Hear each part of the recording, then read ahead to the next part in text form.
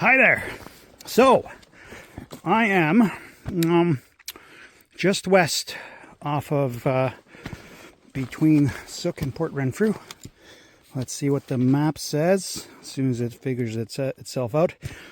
Anderson, Maine. About a kilometer and a half from Butler, Maine. But, things were going well. I went to a nice little lookout, which was a sidetrack completely. But then I got to this, and I was on the other side. And that's fine. There was a trail around, looks like by Jeeps or something like that. So typically if it's Jeep trail, the big girl can make it. So I promptly started by turning right, tipping the bike over, and ruining my beautiful powder coat.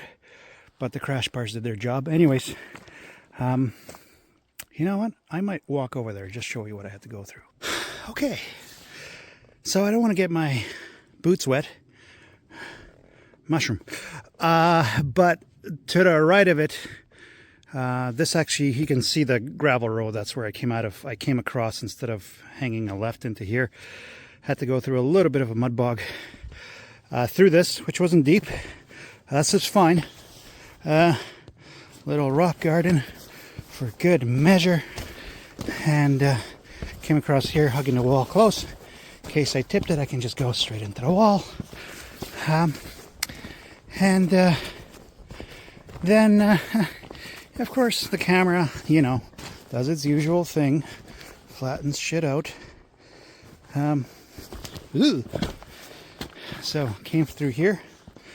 And my initial thoughts were to go right through here. Now, that rock is high enough to basically hit the skid plate and send you off or hang you up. And that's exactly what happened the first time. For extra style points, my spring came off my kickstand. So that was just flopping around in the wind. Fixed that. I built up some rocks just to basically raise the rut up. Went into the water about, found my biggest crumb that I could muster. Preloaded it, used all the lack of skill that I have and made it over to here. And again, this is surprisingly steep. And with a bike with, 50-50 tires with 32 PSI in the back, you get sweet tweet for traction. But great success. Okay, so Jordan River Dam, I guess. That over there was pretty interesting. All second gear, kind of deep puddles, but fairly straightforward. So we're just heading back towards the main highway now. Good times. Oh yeah. There's the damage I caused. We're not done just yet. Luckily, I'm going over this log. And all these little things are super short. So the minute you drive over them, they're just going to stand up and throw you, of course. So I'm just going to clean these.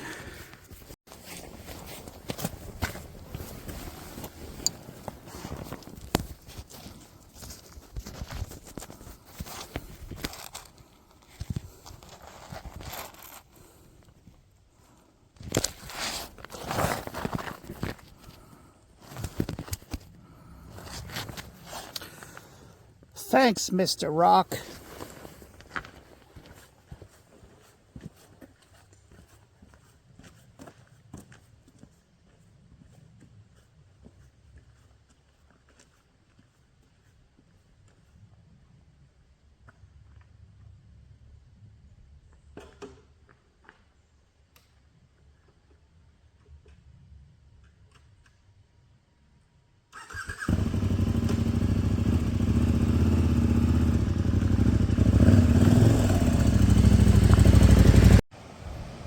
Mine. Look at that glorious bastard. Well, another day, another ride. In Port Renfrew today, looking at this particular gray seagull.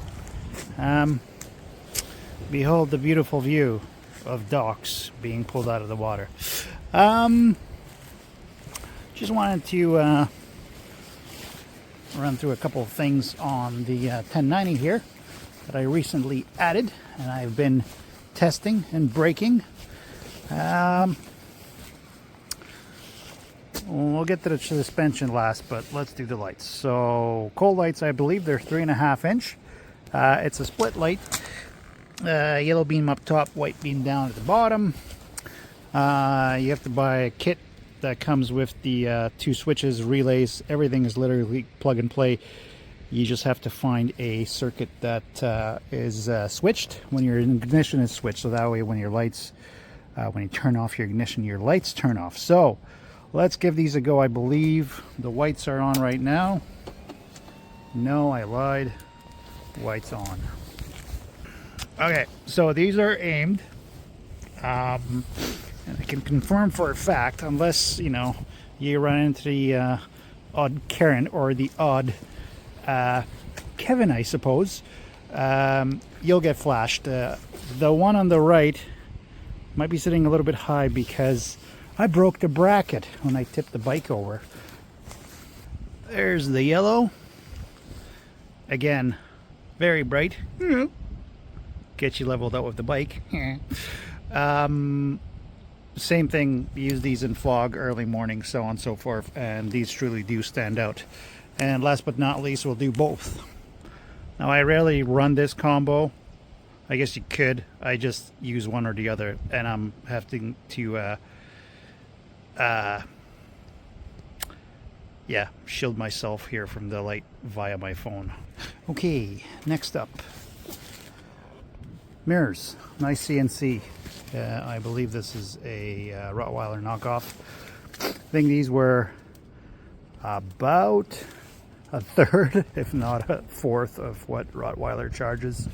Took a little while to set them up. The nice thing is you drill them to the side of your wraparound guards. If you're doing anything tight where you're on a trail, you simply fold them out of the way.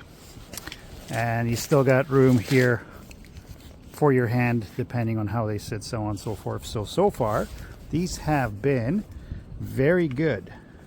Now, what I really like about them, as I'm faffing around with them, is the open cockpit. So there's nothing that sits kind of in your field of view. It's really noticeable when riding off-road, slightly more technical stuff. So I really do enjoy that fact. Visibility is pretty good. They don't vibrate too bad. And you get exactly what you need to see out of them, right? Really nice fit and finish. Just be careful where you position these, because they will basically lock out as far as they can go towards you, and how far these tip towards you, right? So there's quite a bit of movement down, but there's limited movement up depending on what angle you end up setting your leg here. Okay, last but not least, make sure you don't fall into the drink. There's a nice view. Oh, Tractive rear shock by Turatech. It's just rebranded Tractive front cartridges. So one huge takeaway on this is how the bike is composed on really bumpy stuff. So on the road to Port Alice, there's the road was actually built over logs, then basically crushed gravel and then paved over, and these logs are now rotting. Go figure. So there's big dips where you hit them, and this thing just stays planted. It just absolutely sticks to the road. So if you think of a sine wave, this basically takes out all the high dips and the lows out of the suspension. So the bike is basically settled all the way along. Same thing for the back. Lots of adjustability. No, it wasn't cheap, but you should have good tires and you should have good suspension. The rest of it, that's, you know, whatever. But yeah, if I think of anything else, I'll review it tomorrow.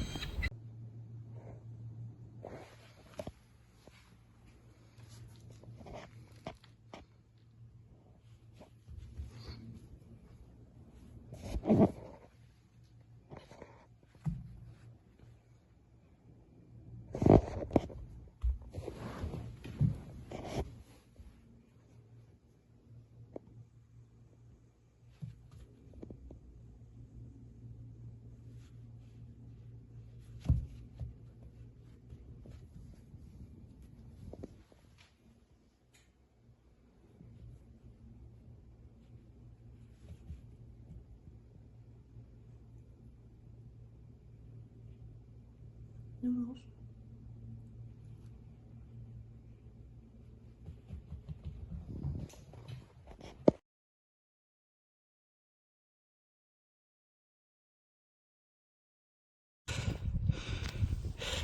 Elk.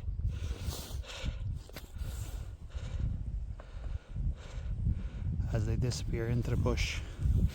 Hey! Well, this is probably as good as any place to do a review from my pedestal, from my soapbox.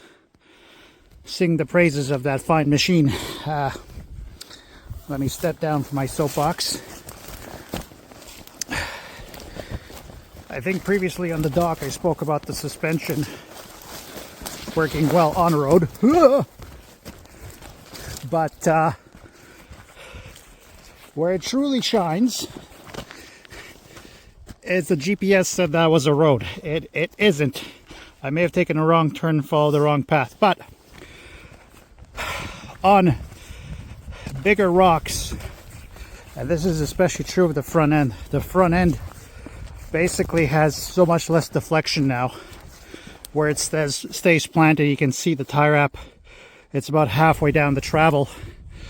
And you can ride this thing with a lot more confidence. You can carry a bit more speed and not have, having to correct yourself after every little bump or big bump or whatever the case may be. So, again, that suspension was a shitload of money. I think $4.5 grand Canadian for the front and back, but it transforms the bike. But I'm going to shut up for a second.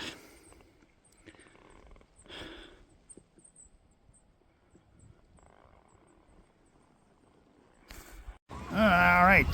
One last thing I wanted to talk about is tires. Yes. Front tire. Moto's 90-90-21. It's a traction-rated Rally Z. I got it with a Rally Z rear for $100 from my friendly wrecker.